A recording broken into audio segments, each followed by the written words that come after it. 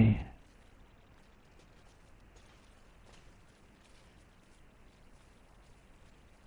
Well, this is about destinations.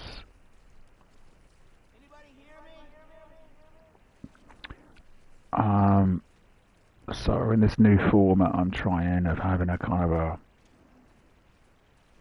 passive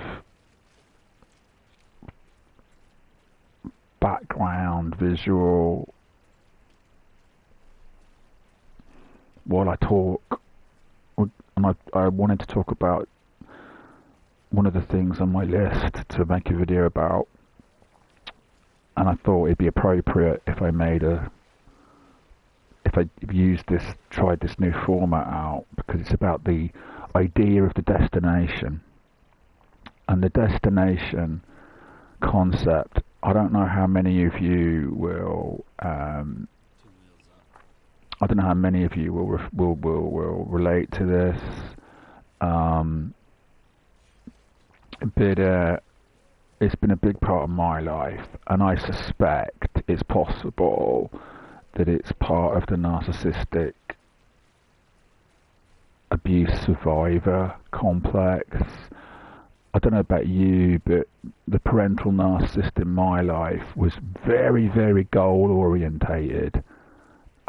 I don't know if that's universal, but I think, because I think it could be anything. I think some narcissists are religious. I think some narcissists are very economically orientated and stuff like that. But whatever it is, it's almost an obsession, and they justify their behaviour, their less than generous, humane behaviour. They justify their lack of humanity by they'll say things like, well, he's just going to have to learn. If I don't, I'm doing it for his own good, sort of thing.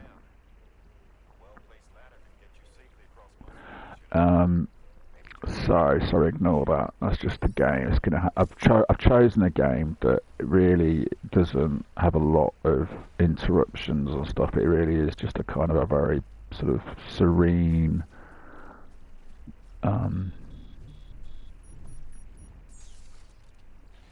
gentle experience, but it does have some stuff coming in.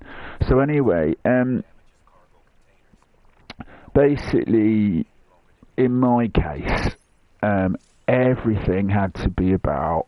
It was almost like, how like Victorians used to put their kids to work, and to be fair, kids were put to work in previous civilization generations that was normal. But and I'm not saying it's right or it's wrong. And I've got quite a good work ethic, but of course my health has been ruined by a narcissist. So it's actually kind of like impossible for me to sort of apply myself and be functional to the level that would be truly useful.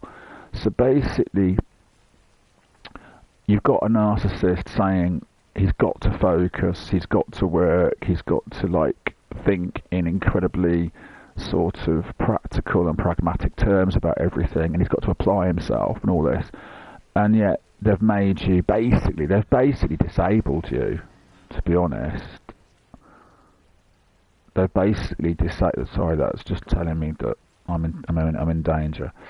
They kind of disabled you, and that's really, that's very poor, and it's put you in a bind. You are basically going to be in a real struggle.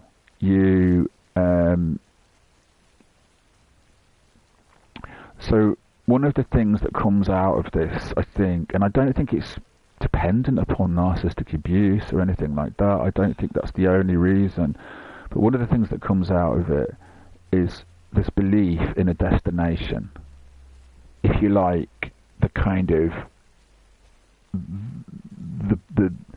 the idea that one day, honestly,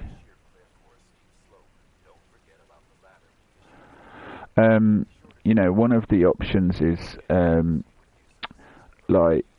you find yourself sort of believing that you could maybe one day everything will be all right if you just get to Exterlan. I think that's one of the phrases somebody told me about in a Carla Castaneda book. I think that's what it was. Is that this mythical place where you will be able to, from where you have arrived, and all things will be equal, and all things will finally sort of make sense, and you will be safe and secure forever.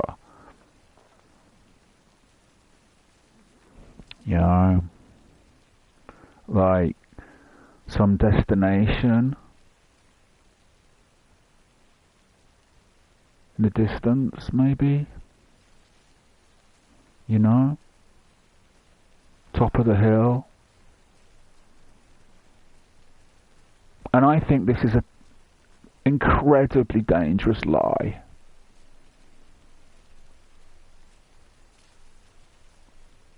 And it's taken me all of my life to unpick this, because once the idea takes hold and takes root, okay, you kind of like, you don't want to let go of it. And I think the reason that scapegoats don't want to let go of it is because our lives are fucking miserable. They're utterly miserable. And even when we're having good times in spite of the misery. I tried really hard to have a happy, productive life, and I refused to believe that this was it.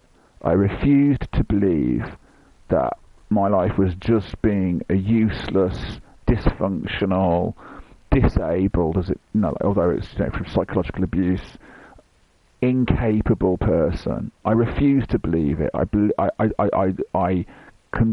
absolutely invested in believing that I was going to solve this. There was a cure, and that there were professionals that could help me.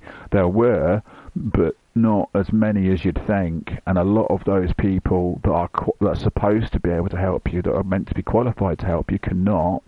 And yes, I'm talking about an enormous number of mental health professionals.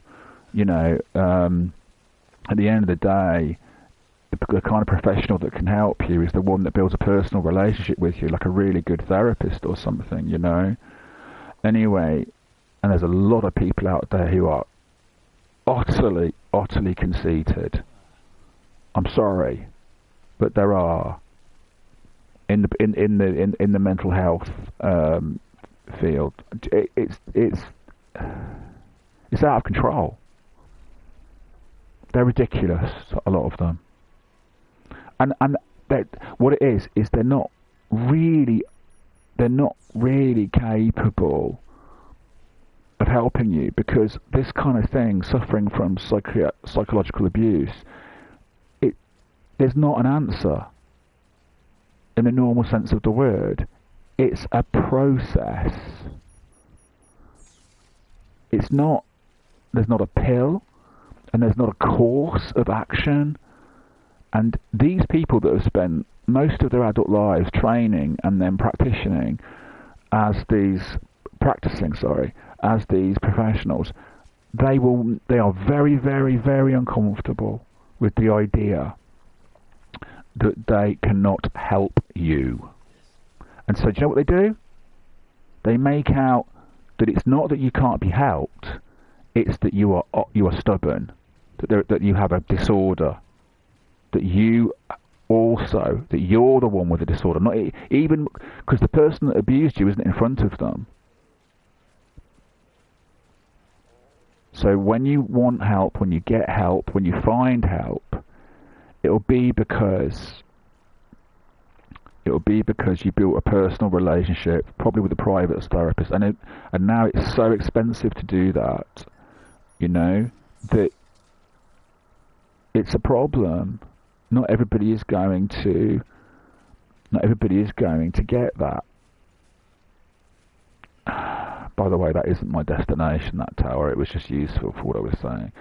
So what's happened is I had an extremely good working relationship with my psychotherapist, who was a fantastic therapist and an extremely evolved and advanced person who had been through horrendous experiences and had found her calling in healing other people. And we were very, very similar in terms of our character as well, although she was much more recovered than me, so she really understood when I became angry, intemperate, demanding, egocentric. She didn't rush into assuming that was some kind of form of narcissism. She knew from herself how utterly and overwhelmingly infuriating abuse and the abusers are, and she gave me her absolute best shot. And she was a terrific person, and sadly she's passed away now, and I'm very sad to report that. She was the same age as me, although she was much more mature than me when we did the work. And when I think back to the person that she started treating at the start of the process, and she taught me so well that I've actually become, in so many ways, not completely dissimilar to her. I've become, if you like, an acolyte of hers, if you like. And when I'm helping people on occasion, when those occasions do come up, when I do my little bit, and sometimes it's a long bit, when I sort of like become close to people that I've met online or something like that, and I've said, look, if you want, I might be able to help, I've got some stuff. I'm very, very, very careful. I'm not qualified, but I'm basically pass on what she taught me. And when I hear the distress and the misery in people's lives and their hearts and in their words, and I weather their anger and their fury and frustration, they're still not as bad as I was. And I just feel for my therapist, Marion, who had to put up with this unbelievably adolescent, furious, self-important, but very wounded person.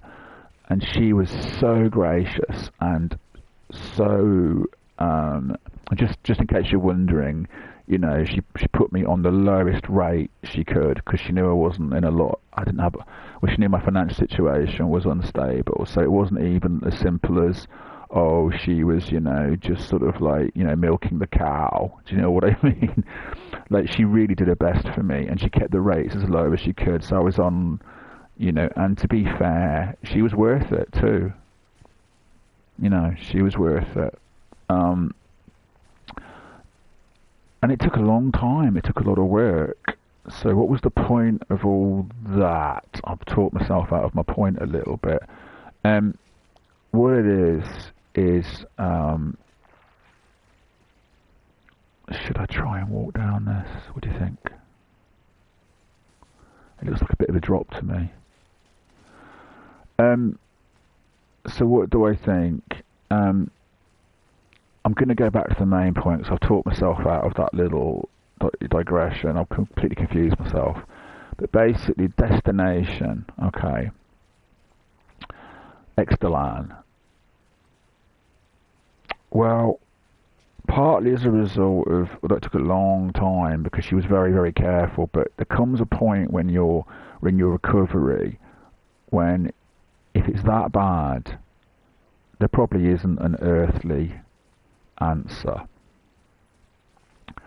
and you're going to have to start introducing a spiritual component. Now, when I say spiritual component, don't freak out. I'm not talking about going to church. If that works for some people, and it doesn't really matter what form it takes, as long as you're very careful not to get into anything that's malignant, there is a danger of that. But basically, if it's got love in it, it's divine. So if there's an absence of love, and there's anger and power and fury in it, it's not divine. It's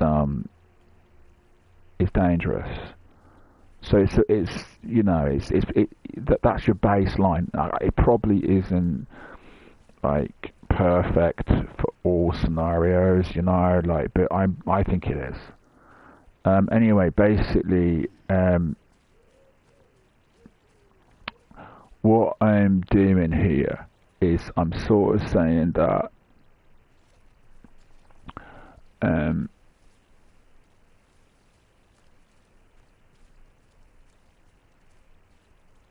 the destination issue. Oh yeah, sorry, spirituality. So when I talk about spirituality and all this, the reference I'm going to go for is like the 12-step program that alcoholics have to sort of like use. Okay. Oh, look at this. This is no good. And basically, I did not know this was here. I've messed this up. So basically, what a mess. Basically, oh man alive. Well, this isn't about winning the game. This is about me talking, right? So basically, the 12-step program is what alcoholics use to kind of get on top of or get behind the complexity of both their addiction and what led them into their addiction. And I actually think that all of us survivors of narcissism, but for the grace of God, are alcoholics and addicts. Now, we may not be alcoholics, some of us will be, some of us won't. We may not be addicts, some of us are, some of us won't. But we are addict-shaped. Okay? Because the trauma that leads someone into addiction, and it usually is, there might be exceptions to that, but I bet there's always a trauma with an addict. I bet there is. Every person I know that's got an addiction problem has got a trauma problem. But that's no guarantee, but I bet it's true. Anyway, getting back into the game. So basically, they use the 12-step program. And the reason the 12-step program works, I think, is because the most important part of it is that you surrender. You surrender the burden of your pain to something higher than you, your higher power. This is where, now, so however you cut it, right, spirituality eventually becomes the answer to an existential crisis. Now, this is going to get really deep and really heavy, but I think it's worth doing. I'm worried about running out of time because I set a limit on how long this video would be. I didn't know it was going to roll on like this. But anyway, basically, what we have as victims of narcissistic abuse, we have a problem that's bigger than us. We have a problem that's bigger than most mental health professionals can deal with, which makes them very insecure, and you do not want an insecure, educated mental health professional in your life. That's one of the worst things that can happen to you, okay? So that's another reason why we all find it so hard. The truth is, we are in a truly existential bind. Our lives, our very existences are compromised in the most profound and tragic way. But it's not all bad. And I'm going to tell you why. This is heavy. And it's going to sound a little bit narcissistic, but I think that's probably a distraction. I think it's very important not to get too distracted by that. Basically, because we get accused of that all the time anyway. What can you do? Right? And it's not that bad anyway. So, basically, what we're looking at here is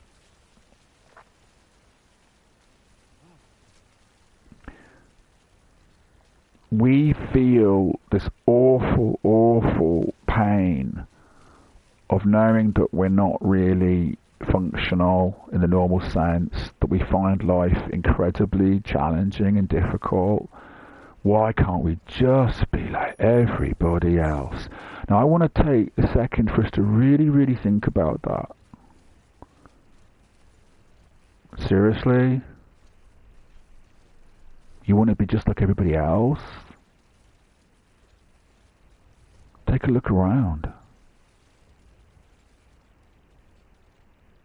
You know? When's the last time that everybody else came through for you? When's the last time everybody else had the answer? Do you know many good marriages? When's the last time you weren't worried about everybody else's kids?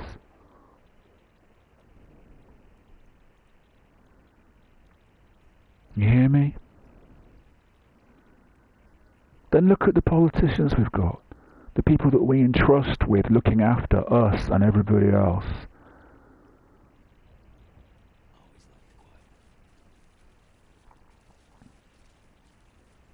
Man, everybody else. You want to be like everybody else? It's like that. There's an amazing quote by the extraordinary Sid Vicious, a flawed, dangerous, self-destructive lunatic idiot Sid Vicious, who had moments of absolute clarity when he was talking about how the Sex Pistols were characterised as being the voice of the man on the street. He said, people say, well, we're the voice of the man on the street, but I've met the man on the street and he's a cunt.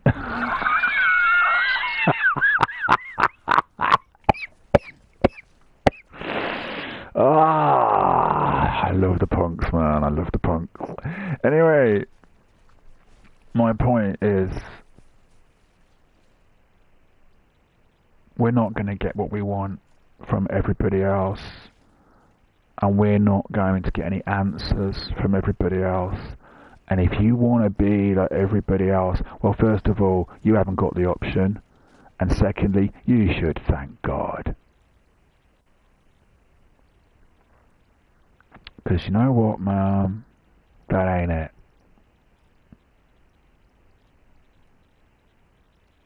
Because everybody else is heading for that destination, Exterlan. Everybody else is heading for home. The place we think we want to go to too.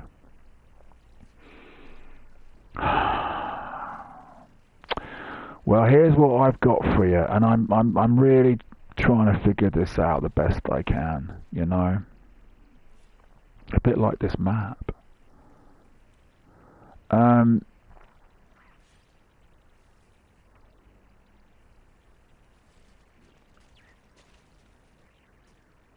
got lost, do you know that?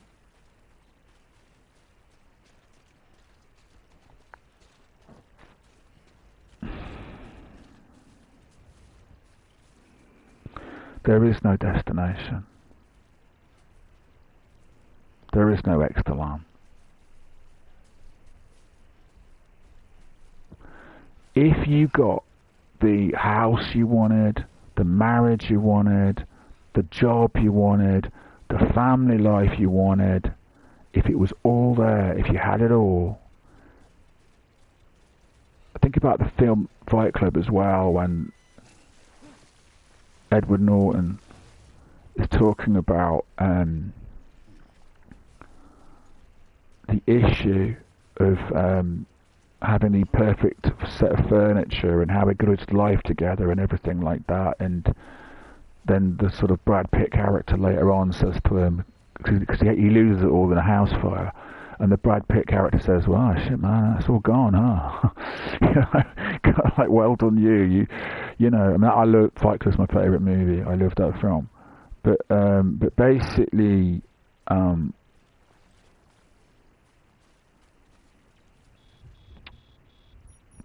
I know now for sure that like if I had all the stuff that I thought I was going for, cause I tried to be successful as a musician in the music industry. That was my dream and stuff. And I really, this came sort of from my narcissistic dad, because like he didn't want me to be a musician. He thought I should be a banker or something. I don't know. But like basically, you know,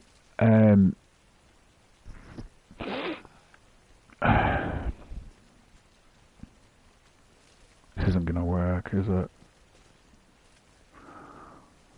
Basically, because I couldn't do any of those things and I was so dysfunctional, and my skills, my gifts were in the creative, I had to try and find a way. And I want, you know, and I thought that expressing myself, and I knew I was good at expressing myself, and I knew I had potential, and egocentrically, I wanted something that would repair the hole in me, the damage in me, the pain in me. I wanted something big. I wanted other people to look at me and go, "Oh, there goes that guy, the really talented singer-songwriter guy." I wanted that. I'm not, you know, I'm a little bit uncomfortable with it now, but here's the truth. I still want that. I still want that, and I do get it a little bit now, because I did so much in the local. My local town to sort of like build the music industry, the music scene and stuff like that. I worked so hard.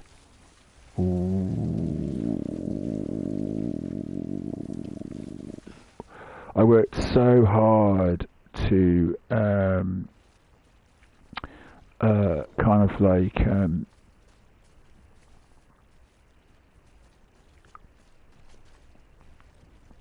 rebuild what was a falling apart music scene, and now I'm old, and I was out of the scene a long time for various reasons, and now I'm older and I'm coming back into the scene as a kind of like older statesman of my local town, sort of like previous, you know, people I do now finally get a little bit of recognition, because a younger generation hear about this guy that did all this stuff for the music scene, you know, and they sort of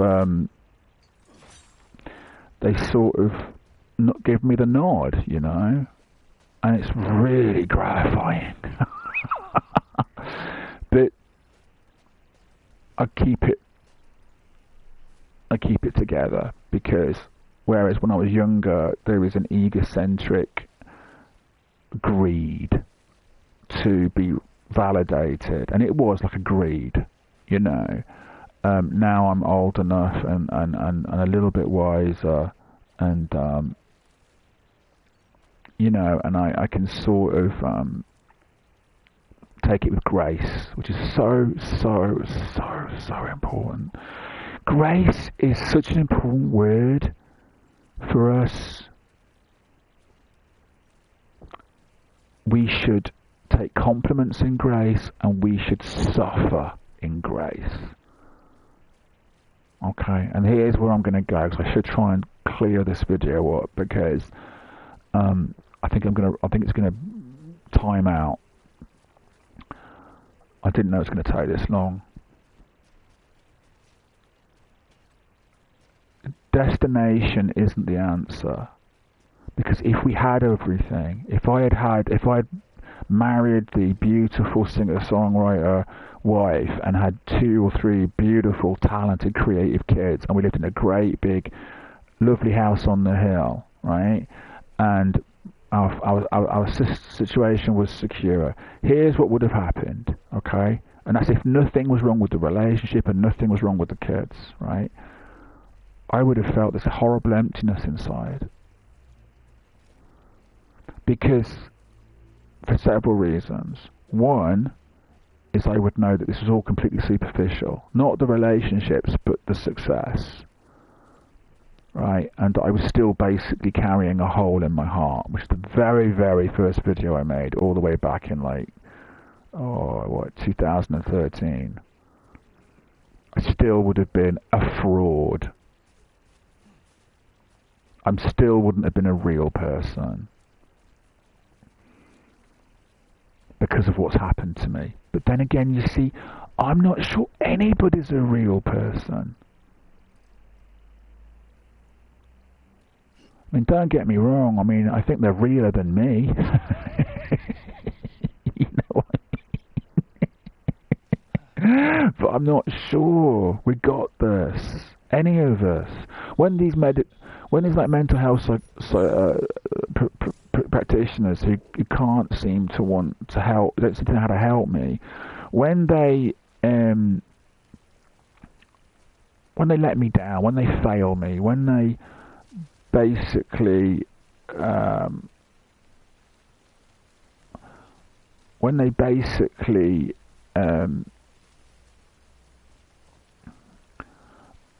look at me askance and pathologize me instead of helping me, I don't feel I'm in the hands of a real person or a great person or a magician or a well-formed human being. I see their frailty, and I don't mean that in a narcissistic sort of judgment way. I just do. I feel kind of sorry for them, because I came into this thinking they had an answer, that they could see, that they were experienced and wise and could see through what to them should have been, you know, a kind of a entry-level problem, a silly, damaged, wounded, but sincere person who really, really wanted to be well, but had made a wrong turn. And that's not what I get. That's not what I get. I get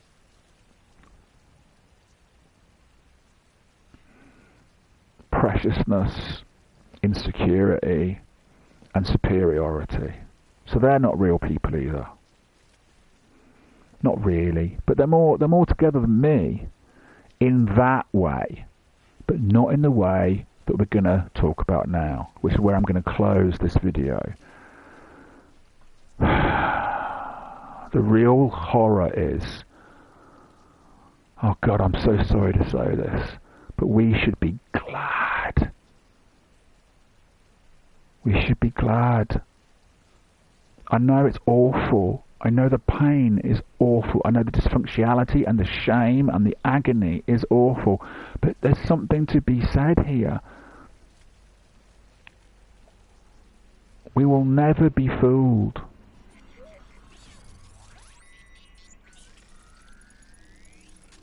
We will never be fooled by the lie.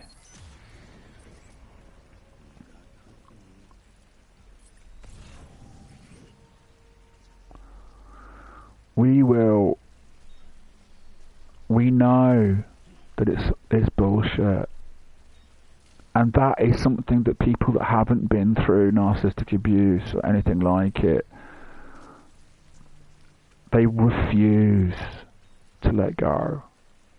They refuse to let go of Extelan and the vision of Extelan, the destination.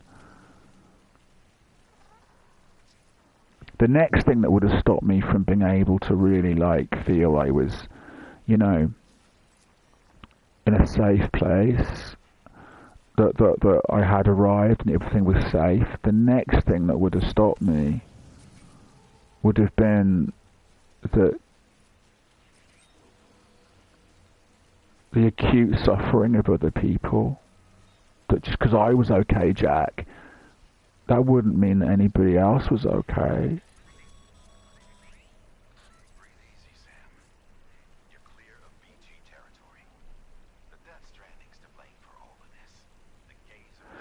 Just out of interest, what's kind of happened there is, in the game, I've managed to sort of sidestep a very, very dangerous area without running into anything unpleasant, like the ghosts that inhabit this apocalyptic wasteland. So it was kind of quite nice that timed out the way it did. So I've rambled on a lot, and I'm going to be doing this a lot. If I make more videos, they're going to be all like this, just me going on and on and on, okay? But I had this incredible spiritual experience, which I have to be very careful how much I talk about, because it's just too much to get into, and a lot of people will be turned off by it, but it absolutely saved me, and it was so beautiful, and what happened to me was so beautiful, and I'm so grateful, and it taught me such humility, and I want to tell you all about it, but it's nuts. But it's absolutely no doubt in my heart, in my mind. I thought I'd gone crazy, and I said to people, this is happening to me, and I'm worried I'm crazy, and keep an eye out on me, because if I do go crazy, I was looking after Mum at the time, you need to intervene. I never went crazy. And what I've learned is, this is big what I'm going to tell you, and I bet the video times out before I finish. Listen, man, we're not here to be happy. We're not here to arrive at this destination and live in a castle on the hill and have really happy kids that are successful themselves, and that's how narcissists think, for the love of God. You get me? That's a narcissist's goal. Now, I'm not saying being happy is wrong or something that we shouldn't want. Being happy is good. Wanting to be happy. Loving your kids is good. Having a good relationship with your kids is good. But this success destination, it's a lie. It's what happens to celebrities, man. You know? They get there and they don't understand why they're miserable, and they end up taking drugs. So look, the horrible truth is the suffering we endure is about the path. It's about getting from A to Z. We suffer because we're supposed to join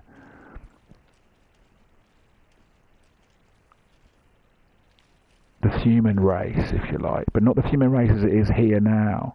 The human race, well, we're in the human race, the race to humanity. We're part of this journey.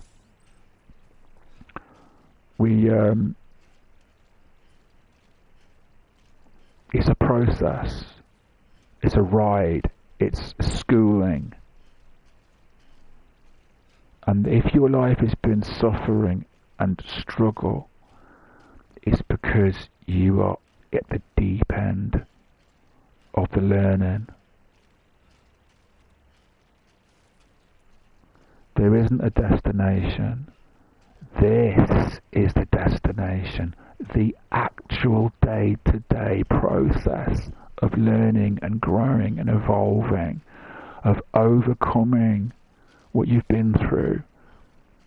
That's the destination. You're already there. It just doesn't feel like it. It's because you've been told incorrectly what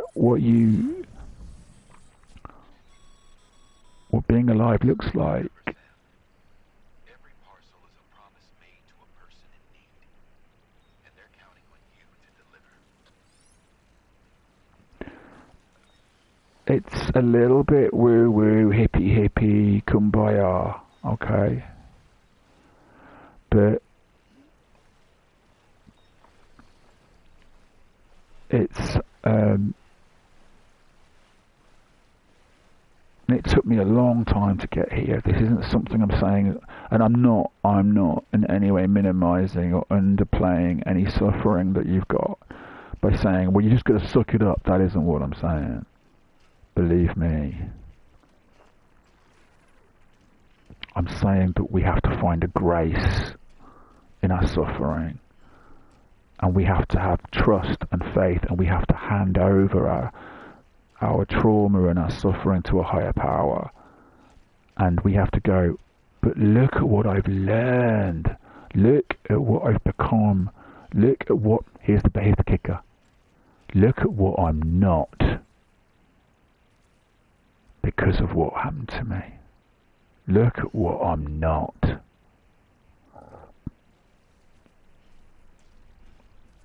That's probably as much as I dare do today, because I just don't know if this video has worked. I don't know when it times out.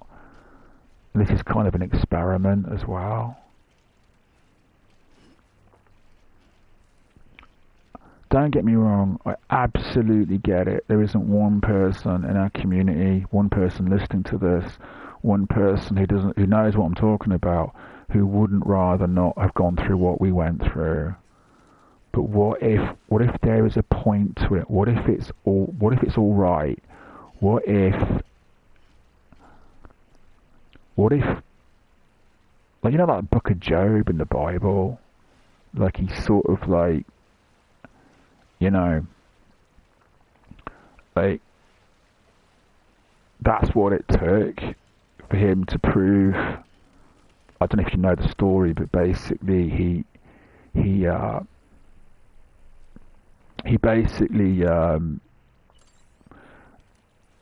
kind of was one of the good guys, and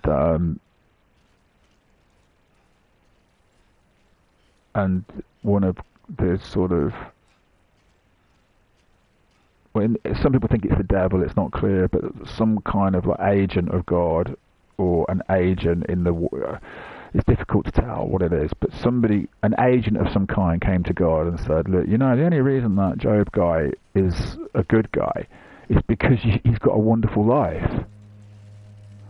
And God says, well, let's take everything away from him and see if he's still, you know, if he's still a good guy, because I believe in him. And this agent, that may or may not be the devil, sort of goes like, okay, and he makes this guy's life an absolute misery, and the guy nearly breaks. Like, I think in the end he does. He doesn't quite curse God, but he loses everybody dies. He loses his beloved wife and children. He gets really sick. It is brutal, right? And finally, I think it's only when his entire existence is literally not worth living that he breaks, and he says something like, okay, why did you do this to me? And then God says, that's enough. You know, I'm not comparing us to Job, okay, although I kind of am, aren't I?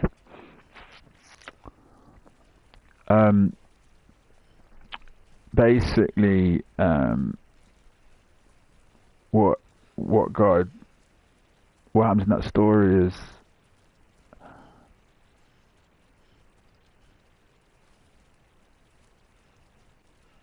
that process, the testing of Job, it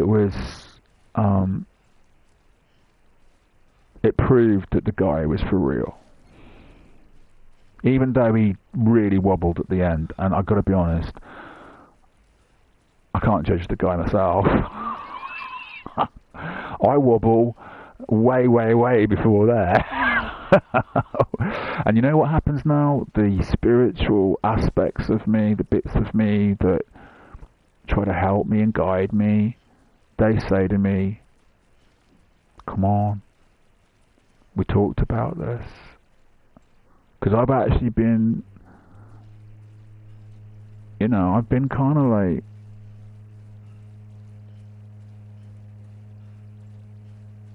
I don't know, I want to use the right word, I've kind of been sort of spared.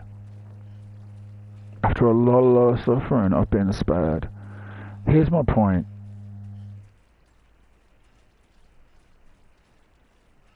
I would never have got here without all of that. And it was bad. What I went through was real bad. Really rough. I don't know what your story is. Every time I hear a story, I go, God, I thought I had it bad. Okay, but I know that. But for me, it was like it wasn't just it was bad. It was like it was tailor made for my life to be as challenging for me. My character, my personality couldn't handle what was thrown at me, and I was stretched very, very thin. And at the last minute, I was shown incredible mercy when I really was wishing I was dead, you know. And I was shown incredible mercy, and I'm unbelievably grateful for what happened to me, and shown that love is the answer. And, you know, you have to do it. You have to endure, and trust is a key word, and you have to surrender and believe that there is a point to this, there is a reason to this. And I believe, and we round this up now, I believe that it's your vote. This world is made up of billions of souls, and we're all voting for the universe we want to live in, for the world we want to live in, for love over hate, for God over whatever the alternative is. You know? For God over the world, actually. Whatever God is. It doesn't have to be the Sunday school God that you hate because you were dragged to church by hypocritical, narcissistic parents. It doesn't have to be that. I mean, you know, I mean something higher than us, a higher being, a beautiful, forgiving, merciful, parental, divine being that is doing its best for us, you know. And that's it, really. I don't know how well I've explained it, and I may have to make another video if I've left things out or made a mistake or screwed this up. But the destination is I think it's a lie. I think we've been tricked. I think we've been sold a pup you follow, and I think talking of destination, there's my destination in the game. And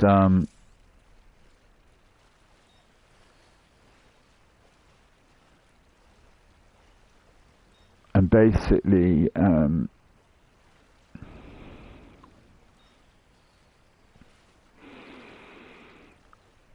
it's been like a whole life journey, kind of getting over the idea of, it's still hard, you know. I still have this sort of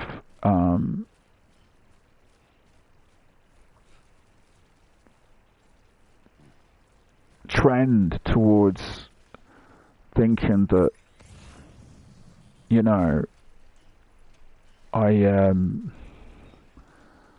still sort of believe that I should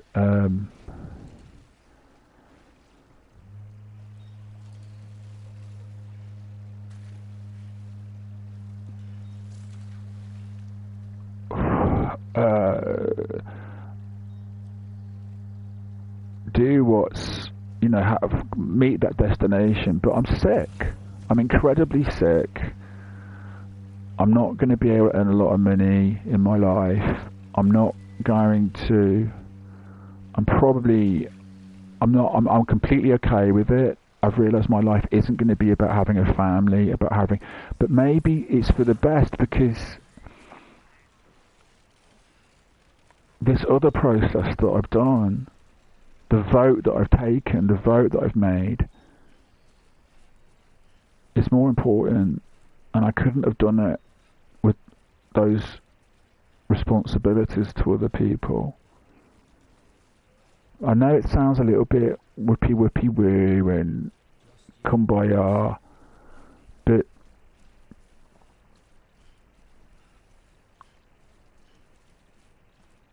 it's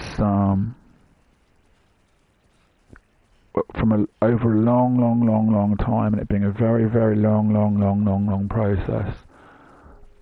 I've arrived here.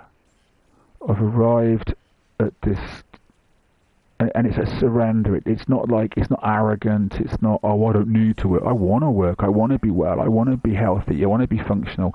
It's not my story.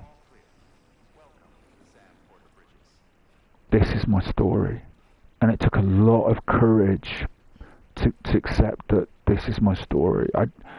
It took a lot of doubting, getting over a lot of doubting myself, getting over a lot of fear, hearing my father's voice in my head. A father, don't forget, that manoeuvred me into looking after his sick wife and then bullied me and made me miserable, especially after she died. So we can't take him too seriously. Anyway, for a man who says there's no destination, in the game I've reached mine. Come on, Sam. You can do it.